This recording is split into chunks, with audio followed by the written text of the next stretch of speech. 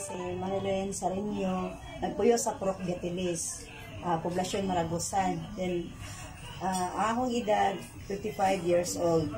Then, nagtrabaho ko sa barangay poblasyon, Maragusan. So, daghan kay kong gipangbati, kabahin sa atong pangidaron karon. Then, nagkataon nga, kanang nag-introduce ako about sa Iron Black, na nag-share, akong gitry. Then, sa pag-try na ko, after 2 weeks, nausab na ang akong mga gipangbati. Nakoy allergy sa akong kamot.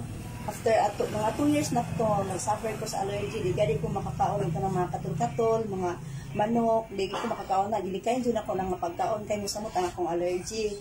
Then, ang ako sang uric taas, kaya kong uric, kani akong kamot, dili na siya makumkum tungod sa taas akong uric.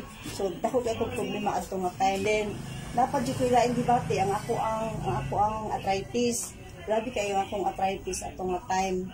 Wala pa ko nakainom sa Iron Black. Then, ako lang din gitry. After 2 weeks, na ko nga pag-take sa Iron Black.